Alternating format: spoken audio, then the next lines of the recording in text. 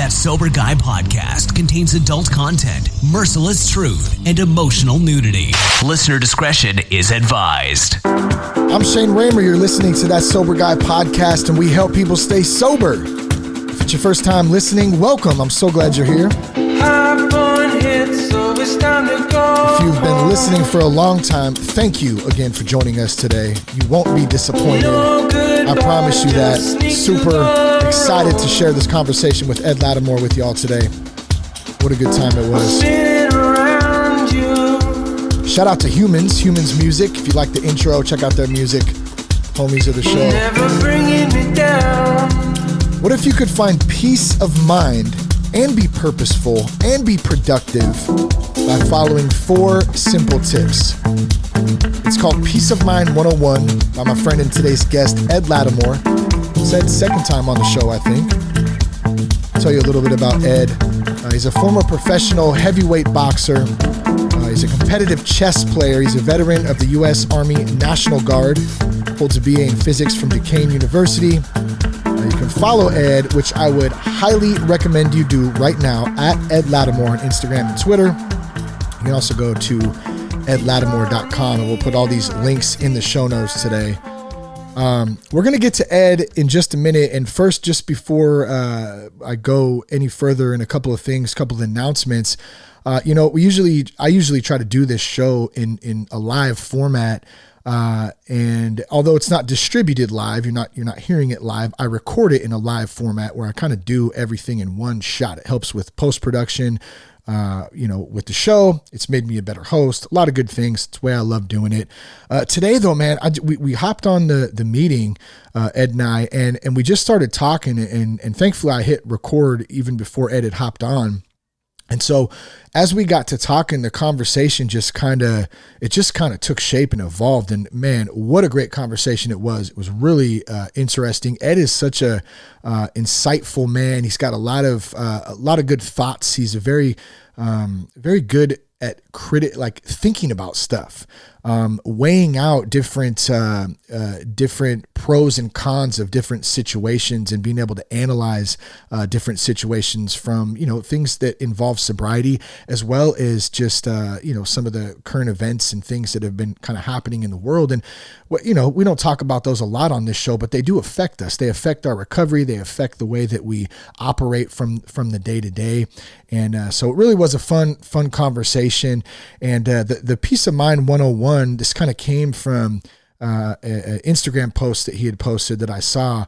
And here's what it says. Peace of Mind 101, number 1, avoid current events, pop culture, and politics. Number 2, work purposefully, meaning that except for your relaxation time, everything you consume is to aid production. Number 3, know that beyond physical law, nothing is correct or incorrect. It's only collectively agreed upon. And then number 4, take nothing personally, even when it is. The quote that went under this post that I saw that kind of launched this specific episode. The only reason people tell you that it's good to be well informed is because misery loves company. The reality is that you can't do anything about most of the shit except get angry and be unhappy. And so we talk about this today. We talk about, some current events. We talk about things that are happening around us, and how do we not bury our heads in the sand, but also how do we find peace and joy and happiness and be productive in the work that we do, in our recovery, in being good human beings in general. So, this has to be one of my favorite conversations. Super pumped. We're going to get to it in just a second. Be sure to check us out at thatsoberguy.com. You can follow us on Instagram at thatsoberguypodcast. Please join us on Locals. You can help support us there. You can be part of a growing sober community that's safe. It'll help you stay accountable. And of course, we're going to have some fun in the process. We just hit over 200 active members, people in there engaging and, staying accountable, learning, growing together. So I'd love to have you join right now. You can download the Locals app, or you can go to thatsoberguypodcast.locals.com, and both those links are in the show notes. Also wanted to mention one of the courses that we have right now, and I'm actually working on a new one that I'm going to officially announce here soon. It's to help dudes stop with slips and relapses and quit drinking. But the one that is out now, it's called How to Navigate the First 90 Days of Sobriety. It's a digital podcast course. If you're new, if you're struggling, man, those first 90 days are so crucial. I know they were a big part of my own, recovery and I think success and being able to put some time together. Those first 3 months were so imperative. What I did is I got together with some friends, some podcasters, some doctors, and we discussed how we stayed sober in the first 90 days, what we did, what worked, what didn't work, what we learned, what challenges did we face. We put a lot of resources in there, put a lot of time into putting this together in these different sessions. And I've had a ton of good feedback. We've had over 160 students or members who've taken the course and helped launch them into their first 90 days. And so I'd love for you to check it out. You can go to thatsoberguy.com/courses, and that link will be in the show notes as well. Let's see. Any other announcements real quick? We got some new hoodies, some new hats. You can find that all out there. Links as well down below. Man, I just, it's really a blessing to do this. I love it. We're trying to get some feedback and doing a Monday through Friday show, which I think is on the horizon, and we're growing, man. So I appreciate your support, your encouragement, all those things. It's helping me stay sober. It's inspiring me to stay sober. And I hope it's inspiring you guys to do the same. And not only that, but live a purposeful life and have some fun at the same time. So I don't want to waste any more time. We're going to get to Ed here in just a minute and just sit back. I mean, I would say take some notes in this one, even if you want to, because there was a lot of good things discussed in this episode, and I'm super, super excited to bring it to you. Here's Ed Latimore. Hey, how are you? Hey, I'm good. How are you? Good to see you, man. Nah, it's a good day, man. I got nothing to complain about. It's beautiful here. Me too, man. Yeah. Where are you at again? I'm in Pittsburgh, PA right now. Okay, got it. Nice, man. Yeah, we just my family and I just moved down to Huntington Beach a couple months back. So oh man, I really like that area. That is it's like 68 every day. My daughter and I are learning to surf together right now, which is like just tons of fun. And yeah, it's been a change, man, but it's a good spot to be for sure. Yeah, that's I remember I've only been there once. When I lived in LA, I had a friend that was out there and they wanted to drop down and see Huntington Beach. Something about a surfing competition happens there every year or something like that. I just wanted to see the area, and I remember getting there thinking, man, one day I'm gonna have the ability to live here if I want to, and now I do it. I'm just like, you should come, man. You should come because it's there's so much stuff to do, and it's just like it's a revitalizing vibe here because everybody just wants to stay fit and like everyone's about like entrepreneurship and really, there's a ton of entrepreneurs here, which is pretty damn cool. I mean, that's kind of part of the reason we moved down here, man, just to feel more inspired and get out of where we are at. We grew up in a little town in Vacaville up north, which is a cool little spot, but been there forever, man. Time to try something.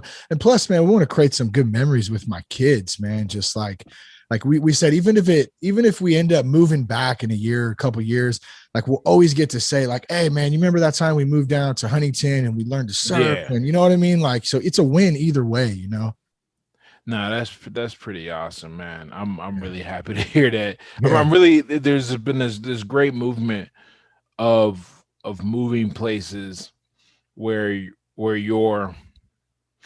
your ideas, the way you think, your tribe, just kind of the general feel and vibe of the area, is better than where you were at. I had a buddy do this. I just went out to visit him in Los Angeles like 2 weeks ago.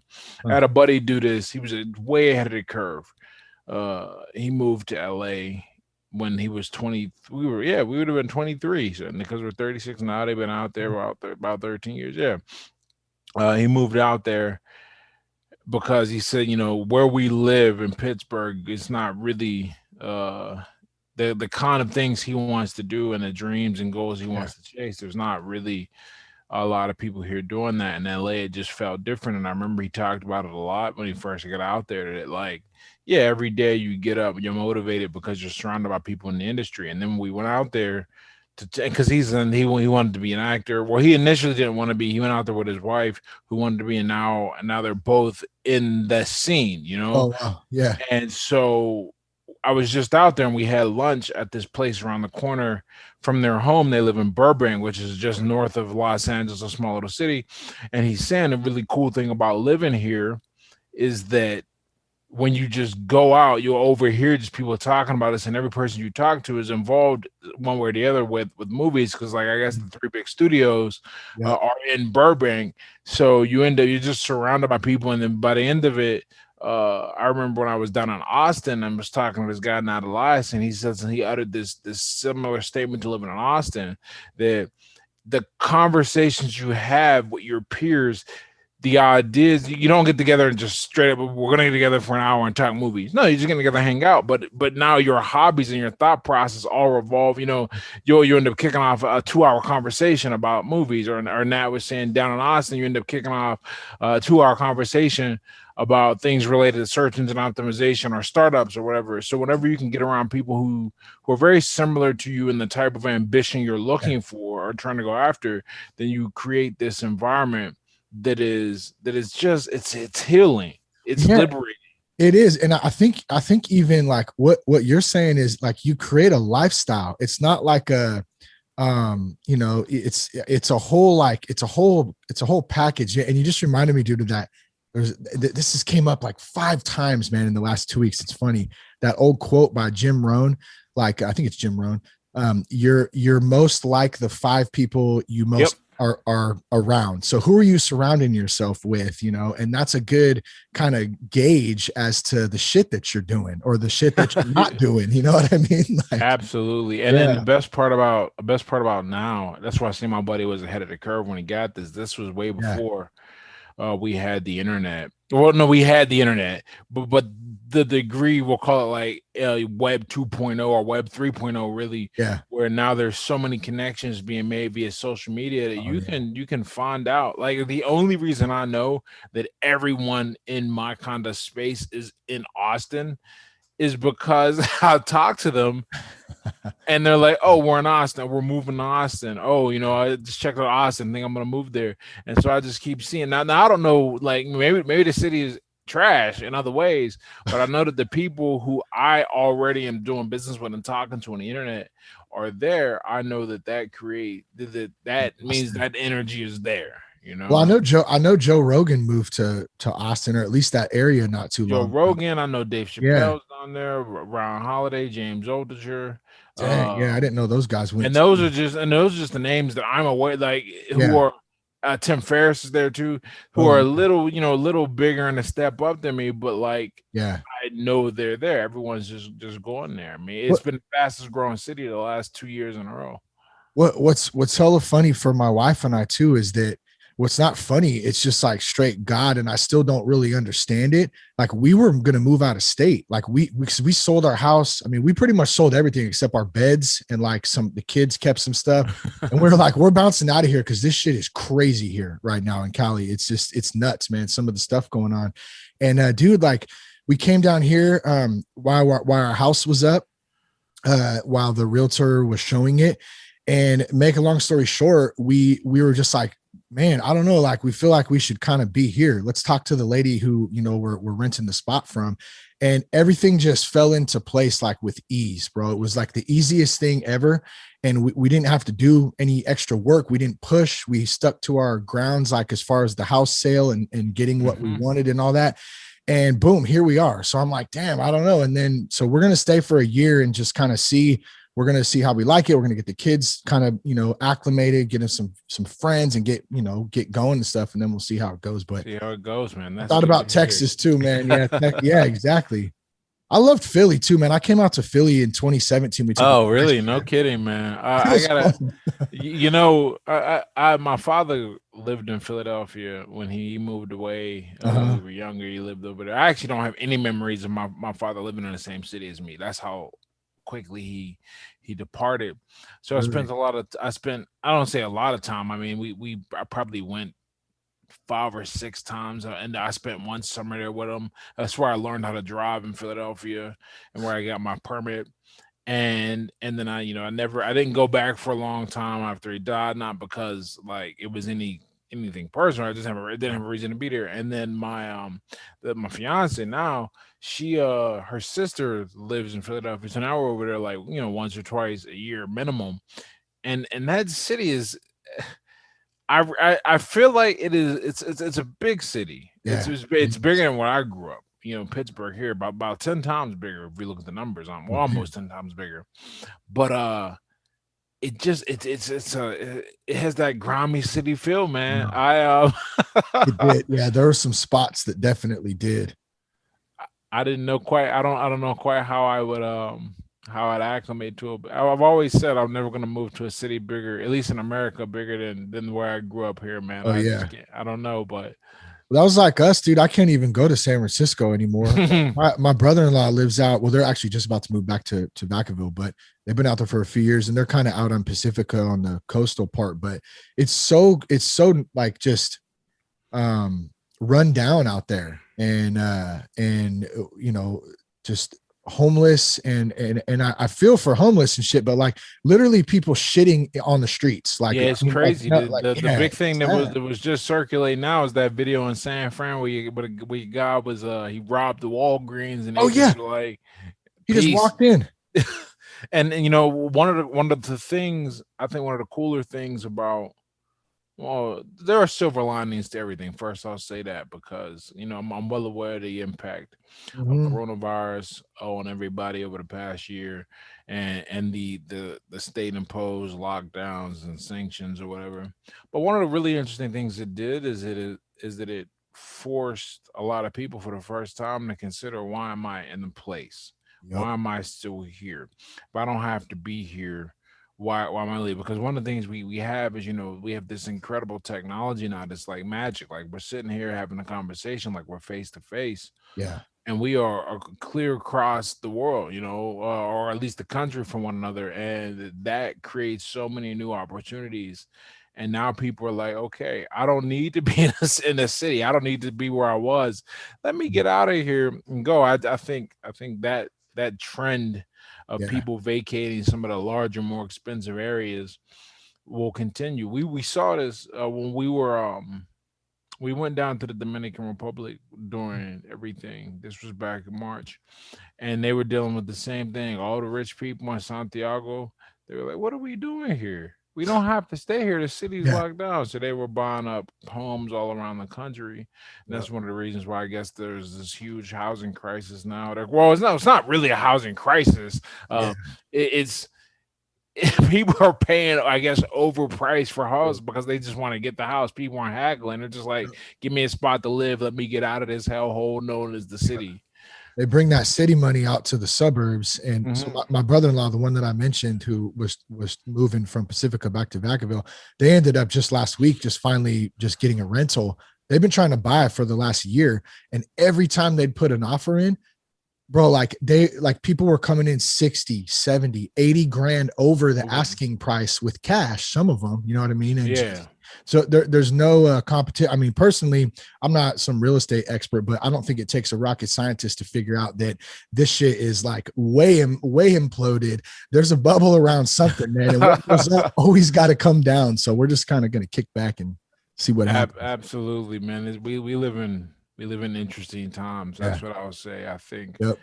I think, and we won't really realize how quickly things change until we get some perspective. Yeah, it will probably be akin to people who lived through the invention of the telephone, or the invention of televisions, radio, even something as simple as a personal computer without the internet.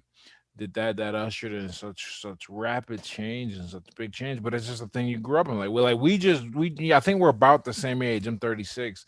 I'll be 40 in July, so I'm a couple. So we would have been in high school at the same time, and that's important to know because when we were in high school, there was no I mean, there were cell phones, but like that was something you had if you were like a baller and you had a reason to have it. It wasn't just like I think most guys were still using pagers, right?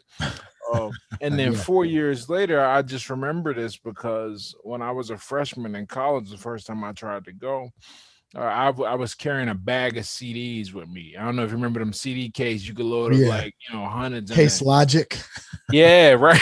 Yeah, remember and then that? and then 3-4 years later, my buddy's like, "Yo, you see this thing? I know why you carrying about them CDs, man. This is gonna die." He showed me an iPod, and I was like, "Thing looks expensive, man. I don't know what's gonna happen." And now the iPod is a dinosaur. If you have a device that only plays music, people look at you like, "What's wrong with you? Like, why don't you have a cell phone that you just pull up the a streaming app?" Or can download because it does everything at once, and that's such a rapid change. We grew up with typing classes. Now somehow, if you get to freaking the second grade and you don't know how to type, they're like, "What's wrong with you? What were you doing at home? Not using the computer? How do you not have a computer?" Yeah. Right? I remember computers used to be super expensive. Now you go get I bought a Chromebook just for kicks. 2 years ago it was $150, man. It was a good. I mean, it worked. It did what I needed to do. Like we live in a rapidly changing world, and the people who are not able to, well, no, I mean you're forced onto it. I mean, I got a buddy. Everyone has that friend that's like, man, I'm not getting a smartphone. I'm not dealing with that now. Good luck. You can't. Dude, Everyone had one, so now if you don't have one, you can't do certain things like communicate via your office app or something. Like the work technology catches up, and now you're kind of forced to grow and dude, adapt. I did it. I did an experiment with that last so let's see, it would have been last October or maybe even I don't know, it's in the last 2 years. And so I ditched I ditched the iPhone and I got a flip phone. And I went back to it and I said, okay, I'm gonna see how long I can do this. I'm gonna see if it affects my peace of mind, my peace, my joy, my connection, my presence, all that stuff.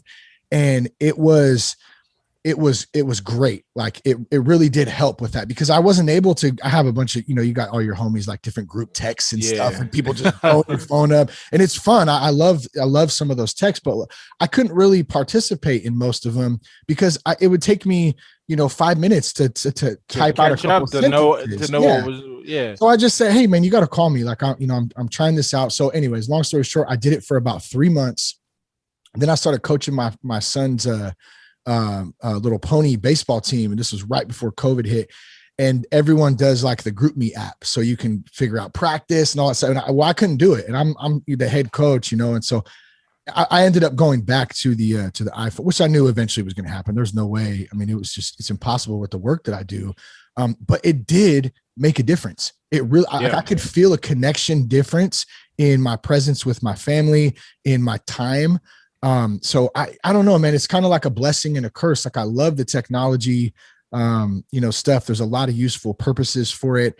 At the same time, we're having issues with my daughter right now, just being on her iPad and stuff. And I can see a difference in behavior, and I've had to take it away from her. She doesn't have it, period.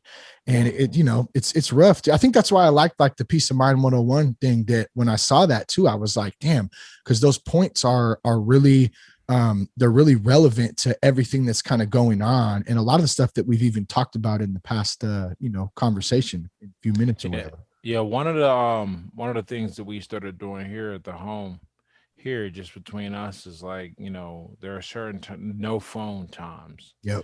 right? I mean, like if an emergency happens, man, we'll get to it when it happens. But dinner when we're sitting there is a no phone time when we're at the table or Good. at a restaurant.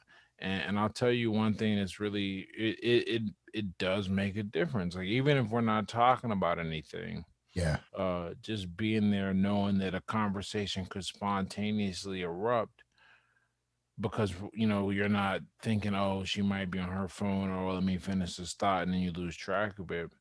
You notice that, and then you start and then you it starts in one area of necessity, Yeah. or because it was necessity ish, and then you start applying it to other areas. You realize like this thing has incredible utility, like really incredible utility. I think smartphones and everything that comes with them are real blessing on humanity. With that said, it's like all technology. It's amoral. Yeah. It's not good. It's not bad. Human nature is going to determine kind of what you do with it. And unfortunately, humans are the way we're designed. Novelty is like that thing our brain has to like key in on, and the people who design this, I think they know this. So things like push notifications and seeing what people say, whatever, you always want to chime in and reply. I get an email every time you make a sale, that kind of thing. Yep. So you want to carry on and stay in that world, but you have to consciously pull yourself out of it because Yeah. you like I'm convinced it's not a thing you grow out of. If anything, it's a thing you grow into, Oh yeah. and you integrate more of your life around it. But I know for a fact, man, I used to convince myself that if I wasn't wired in all day, that I would lose productivity or lose dollars somehow. Like, how weird is that? Like, I actually said I was like, but the reality is no. You taking a break when we're leaving for we're going to Alaska, Oh, nice, man. and we're leaving on Saturday. And one of the cool things about this trip is the way the boat, because it's a small little cruise, it's like 70 something people. You go out, and because it's a small boat, you can get to more remote places. Uh-huh. And I've been to Alaska before. I know we're not going to have cell phone reception. The boat doesn't have Wi-Fi. Yeah. So for a week, I get to disappear. I decided I'm not even going to set up automations to keep pushing stuff out. I'm gonna just take a complete detox and step Good. away, and I don't think I'll miss any opportunities or anything like that. And nothing that is going to be life changing. Where Yeah. it's like if you don't act in it's not like no, it's a week, and I'm really curious to see how I'm going to feel about this. I have a hypothesis about it because when I went to basic training, um, it's and then this is one of the interesting things because there aren't many environments that force this. When I went to basic training in 2013, they take away your phone. You don't get your and you gotta earn and you gotta earn the privilege to use it once every 3 weeks, Mm. 30 minutes. So you better use that 30 minutes to call somebody. You know what you're not gonna do for that 30 minutes? Scroll Facebook. people, Yeah. people weren't doing that. So it was really cool to experience that, and I'm really looking forward to getting back to that again because right now, when you're in this world, when you're in this virtual world, uh, you lose the ability to operate in this one. I am convinced of that, and like that peace of Absolutely. mind statement. If you notice those things I listed, they are all related to how you consume and interact with digital technology. Yep. Make sure everything you do is production. There's nothing wrong with getting on, your laptop, but if you get on and you just are constantly interacting, watching pointless videos that aren't teaching you anything, or you're learning, Cat or videos. arguing, yeah, cat videos, you've wasted an incredibly powerful thing, right? Consuming, making sure it's like intense. People for whatever reason, I'm convinced it's one of the greatest psyops in Oh, yeah. history. The idea that you need to be well informed, and every time someone brings that up, I go, okay, well, what do you do for a living? If they don't say they're a trader or in the market, which is like the only exception I found to this, I go, okay, well, you do whatever, some career not in trading or the market. Go tell me how knowing and forming an opinion on the current events. Tell me how that has made you money, improved your well being, or allowed you to make a decision that you would have otherwise not made. And and people don't like that question because I'm because Yeah. it forces them to recognize unequivocally that time spent is not making them better. Yep. One of the dude, this is one of the craziest things I'd heard, but it's tied directly to this. I guess sometime around 2014, 2015, incoming freshmen to colleges, they were experiencing depression and anxiety at rates like never seen before, and that number hasn't gone away. And they're convinced that one of the reasons for this is the constant living in this digital world, because when you're in this digital world, you get to do something that we've never been able to do before. You communicate with so many people at once. And no, first, you're not designed to do that. Second, there's a lot more negativity in there than you ever dealt with before. Then there's the constant sense of comparison. It's very distracting. So you never quite you never get the benefit of feeling what flow and work is, right? Like I think when we grew up for at this point a little more now, but less than half of our lives almost. Uh, we didn't have this quick instant distraction. So what did you do? I remember one of the things I used to do. I used to bring books and read books, and knock out 50, 60 pages in a sitting. Now you get a person to read 50, 60 pages, that person's like a weirdo. You're like a serial What, you read books? What's wrong with you? Right. What was the old joke? You're right. Somebody who can run without music is a serial killer. What did you think we used to have to do? Right. Yeah. People are very uncomfortable not having that distraction, to the point where like it hurts them. Well, and what is it doing? It's robbing the moment from us. It's stealing presence. And I mentioned this, I think, in a meeting the other day. There's a great talk that I heard by Vinny. Forgot his last name. It's called The 5 Hindrances. My boy Seth actually sent it to me a while back. And some great things in there. But one of the things he says that has always stuck out, he says, presence, being present is the secret. And so when we're connected all the time, we're constantly taken out of the present moment. Our minds are off in this digital reality that has nothing to do with the reality that we're actually sitting in or living in. And I have a prime example for this actually that just happened right before I took my daughter's iPad away. So her cousins, they still live back home, and so we want to keep them connected. They're very close, and they talk, and they play this game called Roblox on there, and they get the neon fly ride dragon and all this crazy stuff on there. And I don't really understand it, but it's kind of what it's a trading game and whatever. Well, I hear him out there talking, and we're staying by the beach now, right? So we got lots of cool places where we can go walk. That's awesome, man. Seashells and all this stuff. And I hear my daughter, and she goes, we're going to go on a walk. We're going to go on a walk. And my wife goes, well, we're actually going to go on a real walk right now. You need to disconnect from that and get out, because they were talking about her and her cousins going on a walk on the game. She didn't want to go on a walk on the beach. She wanted to go on a walk on the game. And so that's a big problem right there in my perspective. And I think any parent would probably think the same thing, where you got to kind of step back and there's a little bit insecurity there. I'll be honest, like, damn, am I doing a shitty job? Like, am I not tied in enough? And I know that's not true. I know this is just part of the beast that we have to manage and constantly work to get better at and acknowledge. And so I don't know where I'm going with that, other than the fact of that you hit it on the head, like this disconnect that we have, and paying attention to truth. I want to know more. I want to know the answer. I want to know what's going on. What's the truth? And I'm very guilty of it myself, especially this last year. I finally realized, like, the only truth I know is what I've been told.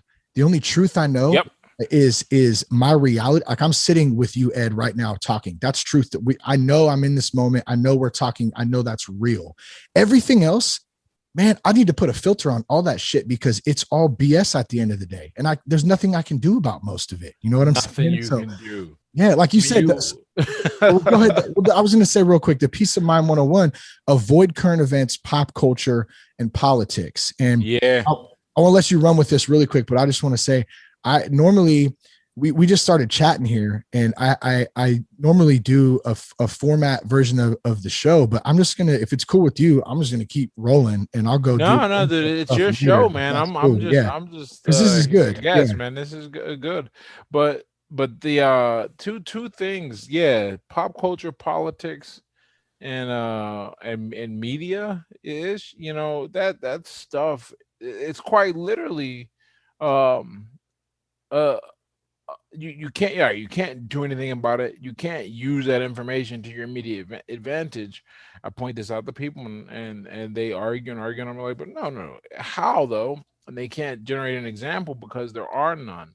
These, when you put the blinders on and you stay focused on what you have to do, these things you realize that none of it matters. Like I understand, I understand how to write, and I know that I have to continue to hone my craft. I know how to, develop my body, because when I'm sitting there online, I'm listening to videos about that. I know, and I'm applying it, but I can get the feedback, Yeah. and so I continue. That's how I use it.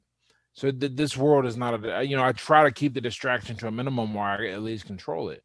But here's the other thing about the digital world that is very dangerous and we have to be aware of. And you have kids, so you're probably more tuned into this intuitively, maybe not formally, than I am. But the digital world is seductive because it offers instant gratification.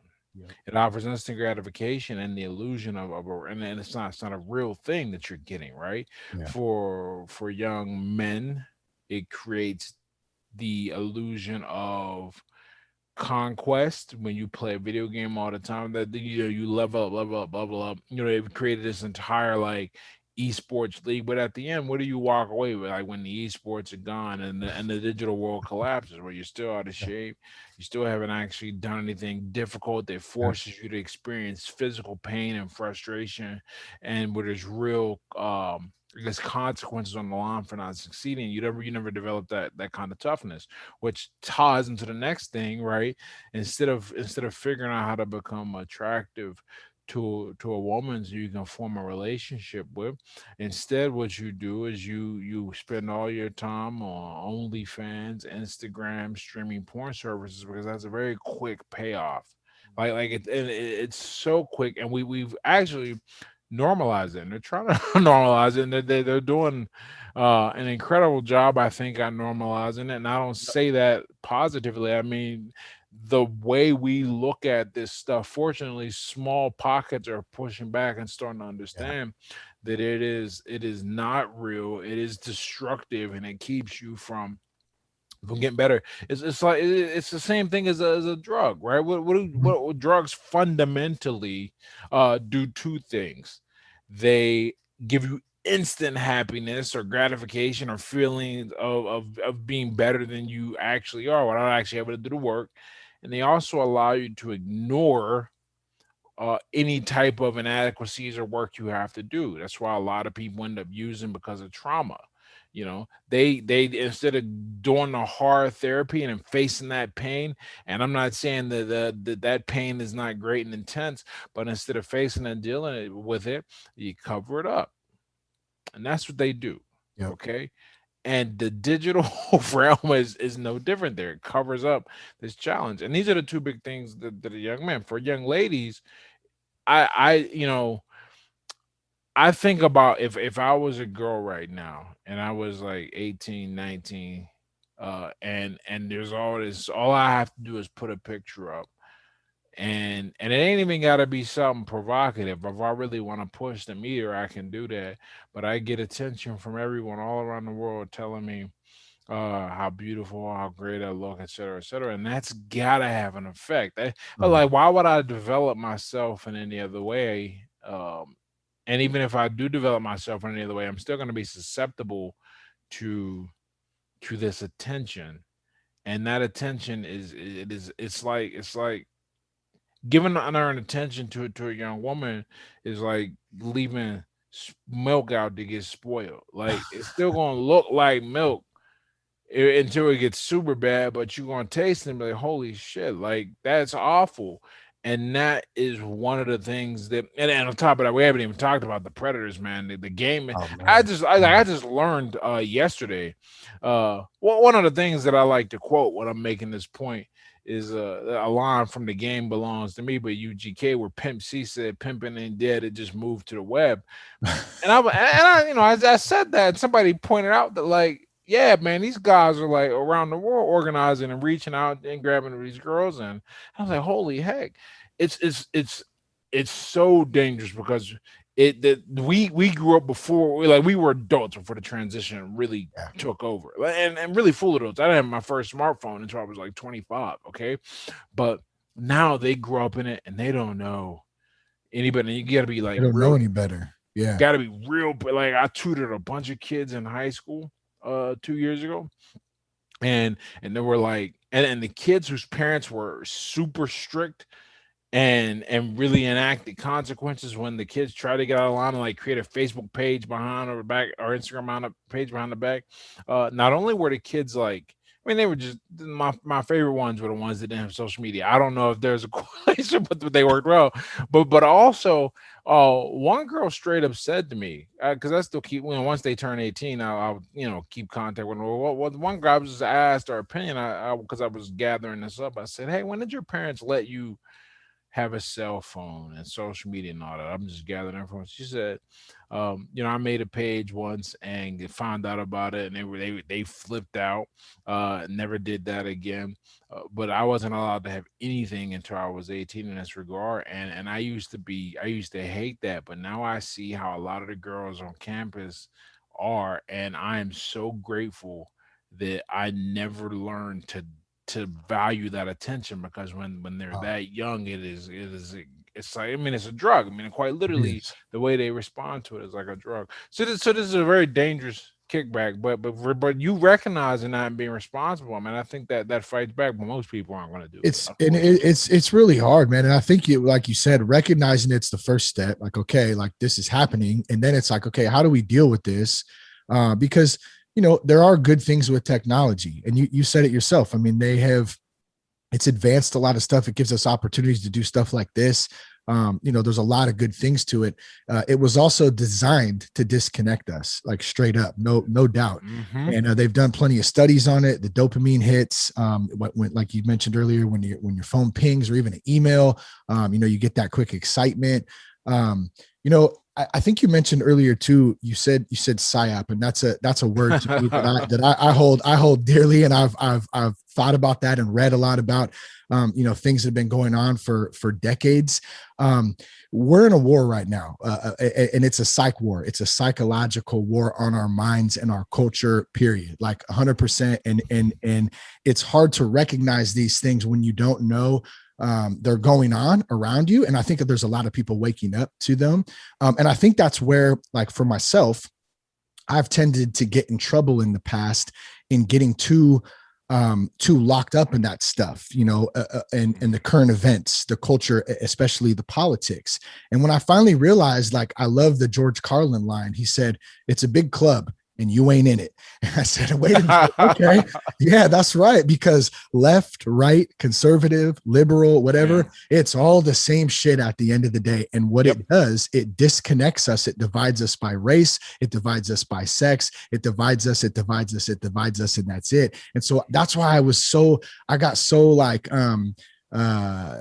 thrilled, I guess is a good word. Like, man, I got a big smile when I kind of read these 4 points because they're simple, but I think they speak a lot to that of the disconnect between humanity. We're all human beings, and there's a lot more of us than there are these assholes. And so as soon as all of us figure that out, man, we're going to start to move in a much more positive direction instead of all being divided by all these things that they used to kind of play off of.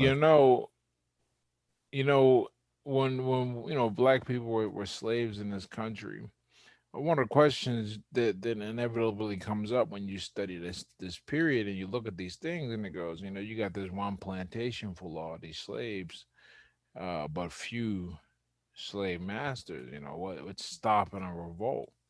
And the big part is like the league, like you got it appears that there are more of them, but there's the law that like kind of backs ownership and punishment. You can send out the law. But another thing that really helped, there were house N words, man. Like there were ones that like they love the system and they are gonna make sure that you don't mess up this good thing. So they're gonna snitch. They're gonna make sure if anything is going down, mass is gonna know, and it's gonna keep a divide. So you're never gonna be able to organize. If you watch The Matrix, he utters a similar line to this when he's walking, when Morpheus is walking Neo through the simulation for the first time, and he sees the woman in the red dress, and Morpheus goes, you got to remember that everyone here is part of the system. They're so hopelessly inured, and dependent on it that they'll fight to defend it, even though it's not good for them. and that when you break free, and this is one of the cool things, to tie it, to the theme of your show. One of the cool things about being sober, we'll take that, breaking free of the system idea and tuck it onto the side for just a minute, and I'll bring it together, I swear. Yeah. Yeah. That's uh good. One of the cool things about getting sober, removing something from your life that is so integral to society. Okay, like drinking, right? Everyone, everyone drinks, right? But the old joke, alcohol is the only drug where if you don't do it, people think you have a problem, right? And when you step away and you do that, the more time you spend down, you observe other people. You're like, you motherfuckers can't stop drinking. You are really, and you might not be you may not have done it as intensely, like in the same amount of time, but you over your life are going to drink a lot more than me. You don't know how to function. Like, and what's the biggest fear of people who stop drinking? The social. They don't know how Yeah. they're going to be social. They're not going to know You're gonna how they're have going to fun. interact with people, Yep. how to have fun, because they didn't conditioned us so much that we don't know how, that most people don't know how to have fun without this thing, right? This external creation. Okay. So when we do that, our eyes become a little more keen Yep. to how this works in other areas. Yep. And then you can start seeing, wow, even though, for example, like I could tell you all day that my point about the current events and how you don't really use them to make decisions. You don't really use them to do anything. You just feel enraged, and that outrage makes you feel like you did something. It's very like it's like the digital world. You leveled up, you feel like you did something. All you did was press some buttons for a lot of time, and you Yeah. actually did nothing at all. Work me. Yeah, Yeah. and one could even argue you're a little unhealthy, a little less healthy. But you did nothing at all. And it's like when you get outraged about these things you can't control, you did nothing at all, but it feels good. Yep. And you are so dependent on that feeling that you don't know how to have a conversation without bringing up these points. You ever talk to somebody like that? They don't know how to have a conversation without it going to politics somehow. Oh yeah. And they think they're somehow worldly or better, just like people who drink think there's something wrong with you for not drinking, Yep. right? And they don't know how to operate. So I really think it's up to the few. And I would like to think that one day there'll be some mass awakening and we'll be able to spearhead that somehow. But the reality is the human, and the best we can do is protect ourselves from the negative collateral damage and position ourselves to take advantage of kind of the positive Yeah. externalities that occur and protect the people we care about. So how do we then not, we don't want to bury our heads in the sand, right? Right. But we also don't want to be completely engulfed in this false reality of it's almost a doomsday scenario to some. This is bad. I haven't said that a long time. Like we don't have a virus pandemic as much as we have a fear pandemic Yep. versus anything, right? And so I feel like it's kind of the same concept. Like, and we talk about balance. Like, what is balance? I don't really know. I don't know if balance exists. We hear that a lot. I'd like to think that, I try to have some balance in things. But I don't know. I mean, what's your take on that? Like, in not burying our head in the sand, but at the same time, staying true to ourselves and being, of service and doing things that actually matter. Purpose. You in purpose and skin in the game. Mm. Because whenever I bring this up, someone talks about how if people don't care about these things, nothing will change. And I'm like, no, Yeah. things will change because a few people who really care, who really make it about something, and it's not just something they pay lip service to on the internet or a hashtag, whatever. The people who go out there and they make it their work to do the change, that's how those things occur. That's how the needle always gets moved. The needle, the look, no one's what would be the equivalent? No one marching peacefully really changed things. What changed things was when it becomes obvious that there's some type of power and force, and we can wield that. Now, whether we wield it to crush a place or have an economic blackout or make everyone's life like to just continue to shove it in their face. There's some physical action, but just talking about you want to change to occur and everyone paying attention to things that happen in the news and not doing anything to about it. Yeah. That's the issue, right? So I say, if you're not ready to take your emotional involvement and translate it somehow, even look, and it ain't got to be something crazy, even if it's just donating to a cause or putting your time out there, like really being about it and getting people, and getting involved, not just talking about it, but physically involved, investing time, resources, energy. Uh, then what you do, you're acting purposefully now. It is no longer just consumption, and you are really doing something. That's how you do it. If people did that, then that would, I mean, that would take all that go, well, I call it ghost energy, really, man, because Yeah. it seems real and it can fool you into thinking something's happening, but it can't do anything, it can't move, it can't touch anything, it Yeah. can't affect physical reality.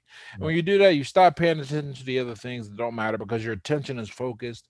When you do pay the things you do pay attention to, now you're a real force. You can push some things around. You can actually make a change. You by taking your energy off of the current method of, we'll put engagement in quotes because once again it's ghost energy, nothing's really happening, and putting it into real engagement, real movement, real activism. One of the cool things I learned about Europe, when they're unhappy about something, they protest. Like stuff gets like Yeah. burned down. Oh, well, not burned down all the time, but like cities go on real strike, workers go on strike. Yeah. Like they do a thing to show the service. It doesn't always work, but it's not just talking about what's wrong. It's doing something about it. However you feel about the George Floyd situation, right? One thing is painfully clear: people, I said to somebody, I said, look, I'm not saying people should or shouldn't ride. I'm just saying at some point you got to expect a reaction, right? Now, whether you agree with that reaction or not, it is certainly not by surprise. Like Yeah. it and in doing so, things happened, Yep. right? So so uh if you take that note, that idea, that things happen and people get angry enough, they get motivated enough, but you shouldn't even have to be angry. You should just, here's the thing, I'm going to do something about it. Otherwise, I'm going to focus on what I'm about. And that's what Well, people, d- I think people get my message confused. I'm focused on what is important to me. Does that kind of tie in though with number 3 on here too? Like, that beyond physical law, nothing is correct or incorrect, only collectively agreed upon. I mean, right. it sounds like that kind of ties into even that example somewhat. Yeah. And then look, man, yes, there are things that are good because there's always somebody that points this stuff out. And I know they think they're being clever, Yeah. but they missed the point, right? Like someone will point out, what about you saying that like pedophilia is right in some cases? I'm like, no, because we have collectively decided that is very, very wrong, Yeah. and that imprint is like super there, right? Well, with that said, I always point out, there was a point in time in ancient Greece where that shit was like, Yeah. Yeah. because that's what they thought was cool. But now where we are now, that is, what we're saying it is. But when they bring that up, it's distraction, because the point I'm focusing on, the point I want people to focus on when they read that, is to go that most of the things that we argue about, like no one is having massive arguments on social media about whether it's good to have a relationship with a kid. Like no one's having that debate. Okay, we are having a debate about politics. We are having a debate about whether someone should it be forced to use their pronouns or not. We are having those debates, right? Yeah. So those, when you look at those debates correctly, and you go, okay, look, this is your choice. Do whatever you're going to do. Try not, don't force me to do it. And treat people with respect. I always make sure I treat people with respect, because I think if you master that, if you get that taken care of, then a lot of these things tends to take care of themselves, at least in terms of how we relate and interact with people.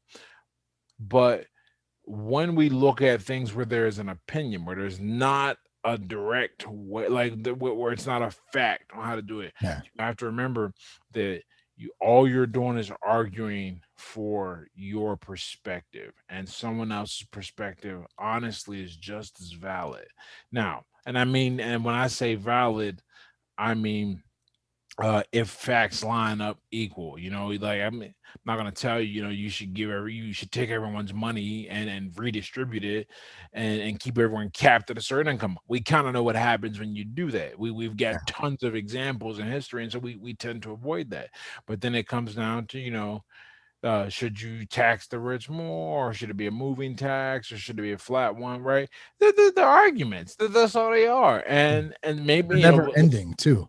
and never ending, right? And are you familiar with the Hegelian dialectic? Have you ever heard? Yes. I just learned about this. Yeah, it's super interesting. And it's funny that it's kind of coming up because I think it's relevant to exactly what we're talking about right now. And it's this never-ending cycle of a predetermined agenda, basically, with a solution to direct the masses there, and it's a lose-lose for the people, and all they're doing is constantly fighting over which side is which, and it doesn't matter in the end because that predetermined agenda will be met regardless. So Oh man, one of the things I love talking about, when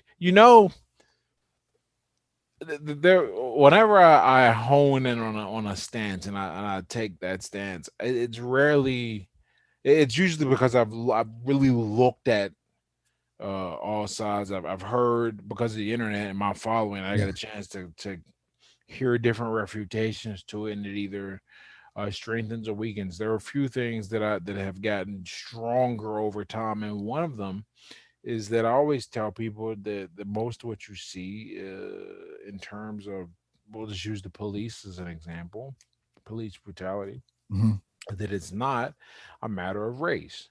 It's a matter of very poor police training mhm, and small budgets. It's only 16 weeks to become a police officer in the academy, and I know this from helping people get into the academy, that most people who decide to become police officers, this was not their first choice. yeah, From it was like, okay, I can't do this, can't do that. It's like the military. We have a Colt cadence in the army. Like part of the line is go to war, go to jail. Like, make a choice. So when you realize that, right? But no one wants to talk about that because that's not sexy. No one wants to talk about yeah, um that, and this is just an objective fact. I don't say it to excuse the killing of anyone, but no one wants to talk about the fact that the cops killed just as many white guys, right? But they want us to focus on the race part, because the minute we start focusing on the fact that the police just aren't getting the training to do their yeah, job well, now what we're doing, a few things, we're focusing on something that can be fixed, right? mhm, So now all that ghost energy arguing about race and everything, to where like Netflix decides they're gonna have a black movie section, and yeah, that's a big victory. That changes things. Someone pointed out that making Juneteenth a federal holiday that just happened. What type of victory is that really? What does that actually change? No, yeah. but it, it's symbolic. You feel good. Nothing actually changes, right? And doesn't it just further divide us? Yep. Doesn't it just Oh, further it's divide us by race by doing all of the and I think what you were getting at, I'm sorry I interrupted you, but no problem. there was a solution. Like there's a solution there that could There's a actually be real fixed. solution, but And that solution it doesn't meet the agenda. would disrupt the Yeah. power. It would require work. It would also require people to recognize that they're not being specially targeted, and that's another challenge entirely. So we'll argue and we'll debate over the treatment based on race, and we will never focus on the real problem, because that is a sexier, more fun, more distracting, less engage, well, a problem that takes less effort to argue about, and all they got to do is kick us a symbolic victory here or there, Yeah. And that's it. And we won't pay attention to any that's the agreement. You give us a few symbolic victories and we'll stop chasing the real ones. And you guys can get on to manufacturing whatever the next big crisis is. So there's that. And it's not just there. I see that we are I argue all the time that there really, like you were saying, there really is no difference past a certain point between a conservative and a liberal policy. But if you're focused on that, you don't really focus on the fact that if you follow the donations of of companies based on politics, you see it doesn't really matter who's in office. It really matter because the corporations go, you know what? Well, now we know how to spend the money. We know where it goes. We know who. We ignore the fact that lobbying is effectively legalized robbery, right? We don't talk about these things because that would require fundamental real change. So instead, we like to argue, instead we get Fox News versus CNN. That's what we get. And Yeah. Well, I think though that like it's like I know you love to read. You play chess. You probably kick my ass at chess. I like to play chess. I'm not great at it, but I enjoy it because it's a thinking game, and you're thinking 7 steps ahead. If you're decent. Have people lost the ability to critically think? Because I think if we step back and we actually start using the brains that God gave us, as it says in one of my favorite big books, we can actually have some common sense and start to have these types of discussions and start to think about these things and actually find solutions rather than be divided. But I see, so, and I'm not trying to judge right now, but it's so frustrating. I see so many people just walking around blindly strolling through life, not using their craniums, not using that brain. And a lot of them are probably super smart people and they got a lot to offer, but they're just going through the motions on autopilot. And part of that is probably back to what we were talking about earlier, that disconnect with technology and being so locked in and so laser focused on just being in this false sense of reality digitally. How do we break? I don't know that there's an answer to it or anything. Well, I don't think we ever in mass critically thought. I think there were a few bright people who pushed the masses ahead. If you look at any technological or medical, it's not like the society as a whole has been, kicking life's ass and then coming up with scientific and medical discoveries. It's always been it's a handful of small individuals or a small handful of individuals who push big change and big progress, and the rest of society can kind of benefits. The difference now between then and before is you didn't have these people didn't have a voice. That's true. They didn't have a platform. They really just kind of existed. They thought how they thought, moved how they moved, and it didn't matter. Social media came along, and now really, if you can create a decent following, just making people angry, making people divided. That's so true. And even before social media, well, no, I mean, because even with like mainstream media, there were a few people who had a lion's share of the attention, and I don't think that is necessarily I don't think that's the best solution. But if we want to talk about what makes it easier for people to unite, or rather, what is easier for people to ignore and focus on, having knowing where you got to go to get the juice rather than the juice being constantly offered to you all day every day, and it being an integral strategy to keep you on a social media platform, and then people recognizing that, okay, if I can get them engaged and outraged, they'll follow me, and then I can sell and do whatever. So now a lot, you can just see more people who have stupid opinions, and you get and then that creates smaller, we'll call them like divisive opinion officers, right? You got a lieutenant who might have 50,000. You got a colonel who might have like 150, 200,000 followers or audience, and all the way up to 1-star, 2-star generals who are the mainstream media. Like your Carlsons, for example, right? Everything just flows up, And before it was just all you could do was interact with the generals. They had the TV, that was it. Or they were actually, lieutenants, and the real power was somewhere hidden off. But now anyone can with enough outrage and the right political cycle, anyone can grow. I would like to think my presence online, for example, is fairly constructive and useful. Occasionally I'll put out a thought process about something that might seem politically charged, but it really is just an observation. But for the most part, I don't rely on these tactics, and this is really important, right? And I don't think anyone would disagree with that. I've got a pretty decent sized following, and it continues to grow. So people resonate with and pick up what I'm putting down. But there will be people every 4 years, man. Someone comes along and they go from nobody to somebody like overnight because they just feed that fire. Yeah. And people eat that up, and it's taking advantage of a tendency of our brains, which is to pay more attention to the negative than the positive. And this was a good thing when we were living in, a technologyless world, for example, missing or rather eating a poisonous berry cost you a lot more damage than finding an extra water source, right? Like you'll be fine, like that positive, here's something to get you forward, kind of the extra water versus don't eat that might kill you.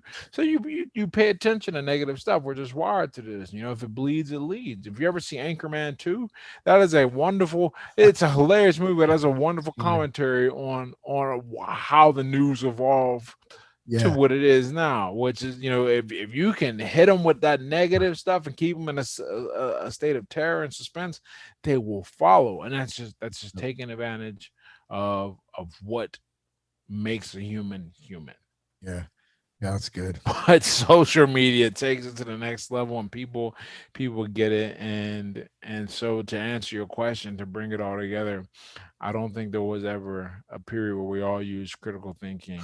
I just think now we have a period where everyone can communicate, and since most people aren't using critical thinking, guess what they do? They follow. That means there's just more people who aren't using it, who are leading people. It's the blind leading the blind, and whoever can shout the loudest and be the most negative and the least critical very often attracts a lot of attention. It's kind of funny. I never thought of it like that. I don't think, or kind of looked back. If you look back to, let's say, the 80s, even into the 90s, and of course, prior to that, 70s, 60s, you only had a couple of news sources. You only had a couple of channels. That was it, or a couple of newspapers. And so that was the mainstream kind of narrative. And that's all you had. And now you fast forward into, the late 90s, 2000s, and where we're at today. Now you have, and this is what you're pointing out, I think, is there's so many different platforms. There's so many, everybody has something to say. Everyone has something anybody can create a following. And it's created like these little micro groups and and all these things. And it's like total fucking chaos, man. It's insane. Yeah, total chaos. And if you don't get a hold of your mind, it will take over. And then what you got to do, you got to leave if you want to, right? I don't think most people, I think Cal Newport has a new book about this. I think he calls it digital minimalism. Is doing a whole 30-day step away from it all and learn to think again or think better, not be so reactive, or just straight up realize, most of the stuff, where do you get your news from? I know I don't sit and watch the nightly news. It's stuff that comes through my feed on trending. That's how I see it, right? Yep. And what tends to trend or what other people think is important. So it's true. Yeah. So it's not even what is the best news or the best spin. It's what's the most important or what's most useful, or in some more insidious cases, what a few people at the top of the food chain of the distribution of this media, what they decide should be seen or heard. And I guess too, one thing I forget too often, I think, is that each click is money, and everything comes back to money. And so when you got headlines and fear and, go down the list of all the things to keep us occupied, man, at the end of the day, it's constantly that cycle filtering of money at the same time. It's a man. If you follow the money, you ever there's a great quote in The Wire, where he's like, if you follow the drugs, you get drug dealers. If you follow the money, you don't know where the fuck you're gonna end up. Oh, And it is so true when you, and this is, at the end of the day, right? One of the things that I have become, I have slightly shifted my stance on this, but overall, I don't think there's a grand conspiracy. I don't even really think there's a grand psyop per se, right? That's probably one of the areas where I've shifted a little more. I'm like, there might be somebody, doing something. Ultimately, what I think it comes down to is how do we make the most money, yep. and what money being a proxy for power. So money, power, but ultimately control to direct the flow of capital and defeat rivals, whatever, right? But it all comes back to money. And if you look at it that way, you start to see, okay, if I can keep them on my platform, the longer I can keep them on Twitter, for example, the more likely it is they're going to click on an ad or buy something, and we take a cut, right? Same with Facebook. The longer we can keep them on Facebook, the more likely it is he'll click. It's like the casino, man. Yep. The casinos love, they don't, they hate the guy that comes through, wins and leaves, right? And while they like the guy who loses and leaves, more than the guy who wins and leaves, they don't like him the best either. What they really like is the guy who just comes and stays for hours because Tom is on the side of the house. Yep. So they will give you these comps so you stay, you keep coming back, and it ain't, and it's so you keep coming. That's the same thing with social media.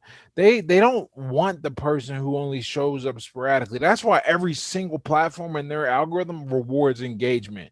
If Instagram flat out tells you, the more you use our features, the better it is for your page. And since you chase the mighty like, right, for the attention, they've hijacked you, you're gonna keep using those features.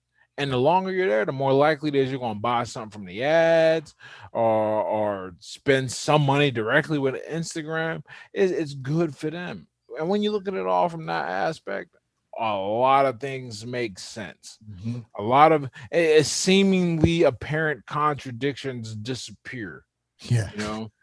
For example, why would they want to censor stuff when, because if I tell you it's all about money, then someone goes, well, why would they want to censor my statement that generates confusion and generates and the stance is antithesis to the narrative, right? Right, like for example, if someone posts something against COVID, right, and they go, okay, fact check, get out of here, right, or even post some porn. Well, while that might make a little bit of money in the short term in the argument, the long term is keeping the users happy and engaged, giving them what they want to be fed so they stay. Yep. Right. And when you look at the money, okay, all they've done is they've created the biggest casino in the world, and from that aspect, right, not so much gambling, but we just got to keep you here. We keep you here. Eventually, you'll spend some money. That's a great And analogy too. The casino analogy. I mean, that hits. dude, here's the best part. Not only will you spend some money, we're gonna keep learning what you like to spend money on, so we can show you more of it. Yeah. Yeah. We're gonna data mine all of that info on you, and we'll use. And we just keep look. They're not interested in spying on you for the sake of spying on you. They say that really. Look, I'm convinced that 99.999% of us, man, we're so boring and regular. They don't give a shit, right? And that small percentage, they already got. They know, right? They know. How often does the FBI come out and go, or does a report come out after somebody shoots up a school or something? And I'm like, well, we had them on the watch list, and you're sitting there going, huh? So you knew about this, right? Yeah. They know where the problems are. They're usually an informant. Those guys. prior, right. Prior, you know what I mean? Like they were already, there's some weird shit going on. They know. So, what the real thing is, what they really want to know is how to, make that money. Alexa's not giving money to the government. What they're doing is, if they're listening, they're going, okay, This guy bought an Alexa. We got that link. So every time he shows up, I heard him talk. I heard him coughing. Let's send him some cough syrup ads. Like Hell yeah. that kind of thing is going on. I really think, Oh yeah. and that's just as, I don't want to say, yeah, that's just as bad because the outcome is kind of the same, but at least now, Yeah. but at least before when we thought it was about somebody's attempt to control or influence, then we could direct our efforts to kind of an opponent. We could give it a face. When we go, it's just greed. No, now we're back to human nature. Can't really do anything about that. So kind of what you're saying is we're reframing this up right now in the mindset of like, the surveillance stuff and you said it happens. It's a small, it's a small part of it, but Yeah. Like you said, follow the money. When it comes back to the money at the end of the day, that's really, I think the grander scheme of things at the end of the day. I want to ask you one thing so I don't forget too. Or it's actually a question that we got from our locals group. And guys, listening, if you're not in the locals group yet, we have a good sober community. We just launched it a couple months back. Got a couple hundred people in there, just staying accountable, having some fun, and posting some good stuff. So you can check it out. All the links are in the show notes. But this is pertains to number 2, Ed, and just on we're talking about peace of mind 101, and Ed Latimore, a couple of these tips that he's given that we picked up on social media. Work purposely. This is number 2. Work purposefully, meaning that except for your relaxation time, everything you consume is to aid production. And Alex in our locals group had a question for you, Ed. He said, what would be some tips for working purposely and being more productive in recovery? And then do you find different times of year are present or present more triggers for you than others? Like for example, Alex says like the summertime is definitely more time that is kind of harder to get through in staying sober, just because of the people outside. You're kind of, you're barbecuing, you're doing all the fun stuff. Yeah. Well, for me, if there's ever a period that I'm like, oh man, it'd be nice to drink. It is definitely holidays. Um, it used to be travel, but you know what, man, I just enjoy so much walking around. I'm really happy that I have a person in my life to where like it's about the experience and doing and seeing stuff in museums and all that kind of deal. We were just talking about when we went to Paris 4 years ago, 5 at this point. uh we got as a gift a museum pass to go to all the museums in Paris, and that was like a fun thing. Like so there's that. But I bring that up to say that my big thing where I ever think about drinking again is always during the holidays, because for me it just links in with all the consumption. Okay, so one of the big things about working productively or purposefully, we'll say, I think purposefully is a much better word than productively. I hope I use purposefully in there and not productively. Oh but yeah, it's purposefully. Yeah. okay, great. Because when you work purposefully, that means everything you do is done with a purpose, and implied in that is that purpose is to make your life better. All right, so you already know that certain things don't make it good. For example, using or drinking. So, what is the counter to that? Well, like we were talking about earlier, the conscious spending of time, right? Yeah. All right, that helps. And then, setting goals for improving, and I think there are the three big pillars of a person: their physical space, their mental space, and or rather, not physical, mental. That's another thing. Their health, their wealth, and their relationships. Right. So, are you doing something to make yourself physically healthier or mentally healthier? And in that mental health area, I put intelligence, learning. I put the physical workout stuff, training, right? Those are the two big things. I mean, we basically have the Library of Alexandria on steroids and pocket handheld form in our hand.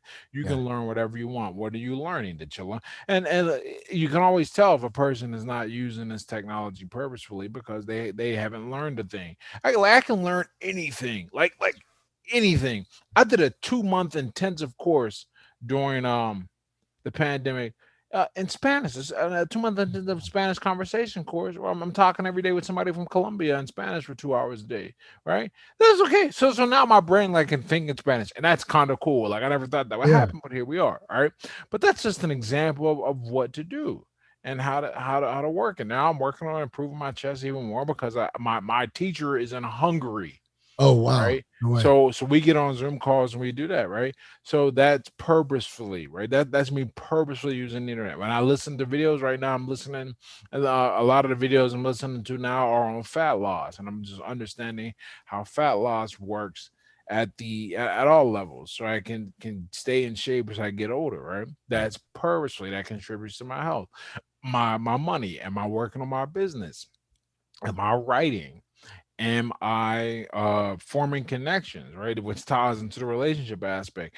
I very rarely, am I just idly on social media just shooting the shit. Like I'm usually talking, putting out good content, putting out value, and trying to connect and build up relationships that ultimately are going to help me make more money. And that's just one aspect of relationships. We're not talking about the people in your life, whether it be your significant other, your children, your good friends. So what I'm doing is I'm focusing, like we know what matters, right? We already know that. We know we got to be healthy. We know we need good relationships, and we should at least have enough money to not be stressed paying our bills. Are you working to improve every time in that area? If you do that, I man, one of the best. I tell people all the time that the single best thing I've done for myself so far in 36 years, the single best thing, it used to be like walking into the boxing gym. That's a really close second still because of everything that it set up for me. But number one was getting sober because it allowed me to just focus on those areas ruthlessly.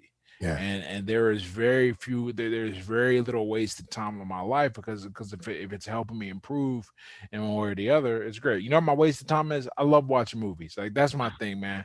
I she makes fun of me because I love SVU, man.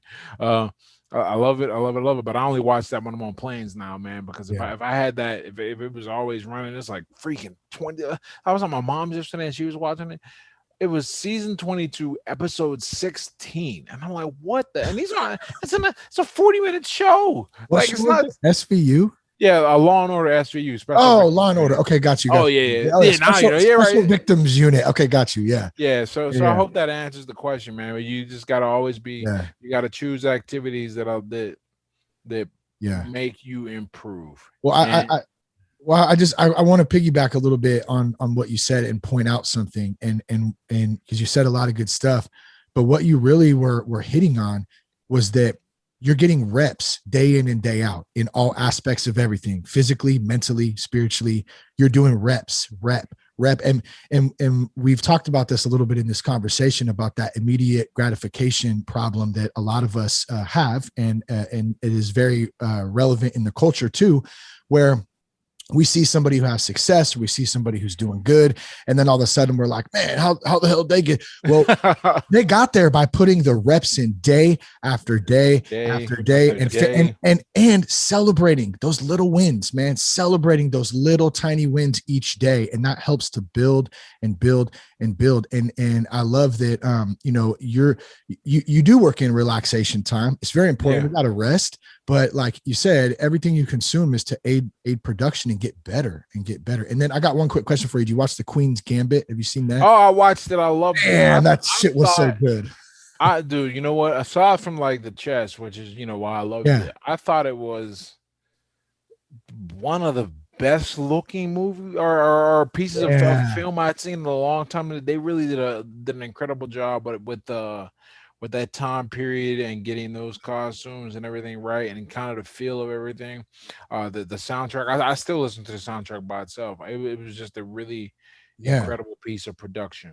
I'll have to check out the soundtrack. I don't think I've checked it out. Oh, go right on YouTube. Another way to you, man. YouTube is we have. Oh my goodness, I just love being alive right now. Like me too, man. If you don't love being alive right now, you're doing something terribly wrong because you can go. You have access to everything. You just got to decide what you want to do. Yeah, and you can go do it. There is no stopping you. And as the world continues to move towards decentralization, which is what the internet really has offered, and I like to define this because I had to have it like defined for me, and I think I'm a smart guy, so I'm just saying decentralization. There are no gatekeepers. There's no people that say you got to have this or have that. You either have the skill and the ability or the resources, or you don't. What this world has done with the internet, and it allows you to do that. For example, my next book, I continue to go back and forth. I don't know if if I'll get a publisher or not, because I've done the work and it's decentralized. I can go put it together, get it out there, make profit, and they get none of it, and it all comes to me, right? That's like the whole idea behind crypto, right? Anyhow, I loved it, man. Does that so did you want to talk about Dope Money Hustlers real quick, or can I ask you about that? I thought that was cool, man. You made the post and I looked at it a little bit. It looked cool. Yeah.